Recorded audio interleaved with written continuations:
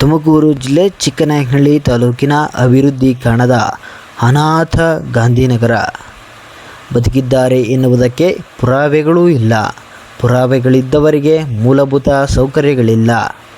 ತುಮಕೂರು ಜಿಲ್ಲೆ ಚಿಕ್ಕನಾಯಕನಹಳ್ಳಿ ತಾಲೂಕಿನ ಕಸಬಾ ಹೋಬಳಿಯ ಗಾಂಧಿನಗರದಲ್ಲಿ ಅತ್ಯಾಧುನಿಕ ಯುಗದಲ್ಲೂ ಅಭಿವೃದ್ಧಿ ಕಾಣದೆ ಅವ್ಯವಸ್ಥೆಯ ತಾಣವಾಗಿದೆ.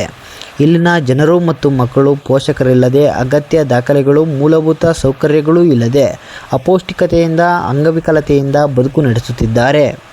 ಇಲ್ಲಿನ ಸುಮಾರು 14ರಿಂದ 20 ಮಕ್ಕಳಿಗೆ ಪೋಷಕರಿಲ್ಲ, ಆಶ್ರಯವೂ ಇಲ್ಲ, ಶಿಕ್ಷಣ, ಆರೋಗ್ಯ ಹಾಗೂ ಸರ್ಕಾರಿ ಸೌಲಭ್ಯಗಳೂ ಇಲ್ಲ. ಅಧಿಕಾರಿಗಳು, ಜನಪ್ರತಿನಿಧಿಗಳು ಬರೀ ಭರವಸೆಯ ಮಾತುಗಳಲ್ಲೇ ಕಾಳಜಿ ತೋರಿಸಿದ್ದಾರೆ. ನಾವು ಅಳಿವು ಅಂಚಿನಲ್ಲಿದ್ದೀವಿ. ನಮ್ಮ ಜಾತಿ ಜನ ವಿದ್ಯುತ್ ವಿಷಯದಲ್ಲಿ ಭಾಳ 100ಕ್ಕೂ ಕಮ್ಮಿ ಇದ್ದಾರೆ. ಆ ಪರಿಸ್ಥಿತಿ ಹೆಂಗಿದೆ ಅಂದರೆ, ನಮ್ಮ ಜನ ಗಂಡ್ಮಕ್ಳು ಬದುಕೋದೇ 30 ವರ್ಷ.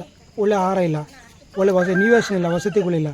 ಅವರಿಗೆ ಸರ್ಕಾರ ಕೂಡ ಗಮನಿಸ್ತಾ ಇಲ್ಲ. ಅನೇಕ ಸಾರಿ ನಾವು ಸಹ ಸರ್ಕಾರ ಗಮನ ತಂದಿದ್ವಿ. ಚಿಕ್ಕನಾಯಕನಹಳ್ಳಿ ತಾಲೂಕಲ್ಲಿ ಸಾರ್ವಜನಿಕ ಮಶಾಣ ಪಕ್ಕದಲ್ಲಿ ವಾಸ ಮಾಡ್ತೀವಿ. ಮಶಾಣಕ್ಕಿರೋ ಒಂದು ಅನುಕೂಲ ನಮಗಿಲ್ಲ. ಅಲ್ಲೊಂದು ರೋಡ್ ಇದೆ, ಸಮುದಾಯ ಭವನ ಇದೆ, ಹೆಣ ಸುಡೋಕ್ಕೆಲ್ಲ ಇದೆ. ಅದು ನಮ್ಮ ಜನರಿಗೆ ಎಲ್ಲ ಹೋರಾಟದಿಂದ ಕರೆಂಟು ಕೆಲವು ಮಾಡ್ಕೊಂಡಿದ್ವಿ. ಈ ಬೀದಿಗೆಲ್ಲ ಸೈಟ್ಗಳಿಲ್ಲ. ನಮ್ಮ ಮಕ್ಕಳು ಓದ್ತಿದ್ದಾರೆ, ಆಧಾರ್ ಕಾರ್ಡ್ ಸಮಸ್ಯೆ ಇದೆ. ಈ ಹುಡುಗಿಗೆ ಒಂದು ಆಧಾರ್ ಕಾರ್ಡ್ ಇಲ್ಲ. ಈ ಹುಡುಗಿ SLC ತಂದೆ ತೀರೋದ, ತಾಯಿ ಹ್ಯಾಂಡಿಕ್ಯಾಪ್ಟು, ಅವರು ಅಜ್ಜಿ ಆಶ್ರಯ ಇದ್ದಾಳೆ, ಅಜ್ಜಿಗೂ ಸಹ ಕಾಣ್ತಿಲ್ಲ. ಅವ್ರ ಪರಿಸ್ಥಿತಿ ಅಘೋರ ಆಗಿದೆ. ಅವಳದು ಆಧಾರ್ ಕಾರ್ಡ್ ಏನಾಗಿದೆ, ರಿಜೆಕ್ಟ್ ಆಗಿಬಿಟ್ಟಿದೆ.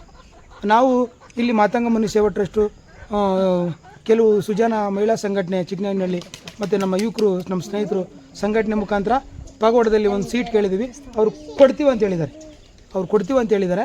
ಇವಾಗ ಕೂಡಲೇ ಇವಳಿಗೆ ಏನಾಗಬೇಕು, ಆಧಾರ್ ಕಾರ್ಡನ್ನು ಹೊಸದು ಮಾಡಿಕೊಡ್ಬೇಕು.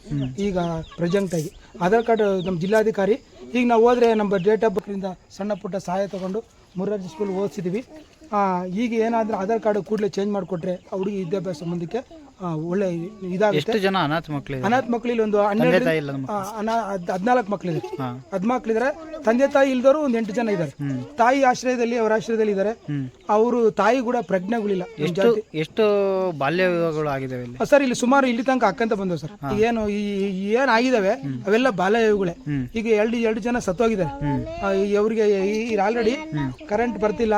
ಅವ್ರ ಜೀವನದಲ್ಲಿ ಅವ್ರಿಗೆ ಏನು ಆರೋಗ್ಯಗಳು, ಈಗ ಈಗ ನೋಡಿ, ಈಗ ಇವ್ರ ಅಪ್ಪ ಅಮ್ಮನ ಬಾಲ್ಯ ಸತ್ತೋದ.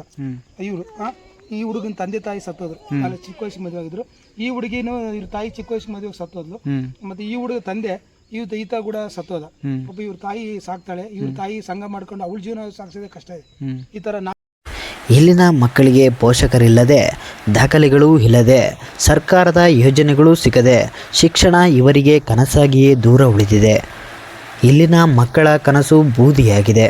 ಸರ್ಕಾರ, ಅಧಿಕಾರಿಗಳು, ಜನಪ್ರತಿನಿಧಿಗಳು ಬದುಕಿದ್ದಾರಾ? ಇದ್ದರೂ ಯಾರಿಗಾಗಿ ಇದ್ದಾರೆ ಎನ್ನುವ ಪ್ರಶ್ನೆಗಳು ಕಾಡುತ್ತಿವೆ. ಕೂಡಲೇ ಸ್ಥಳಕ್ಕೆ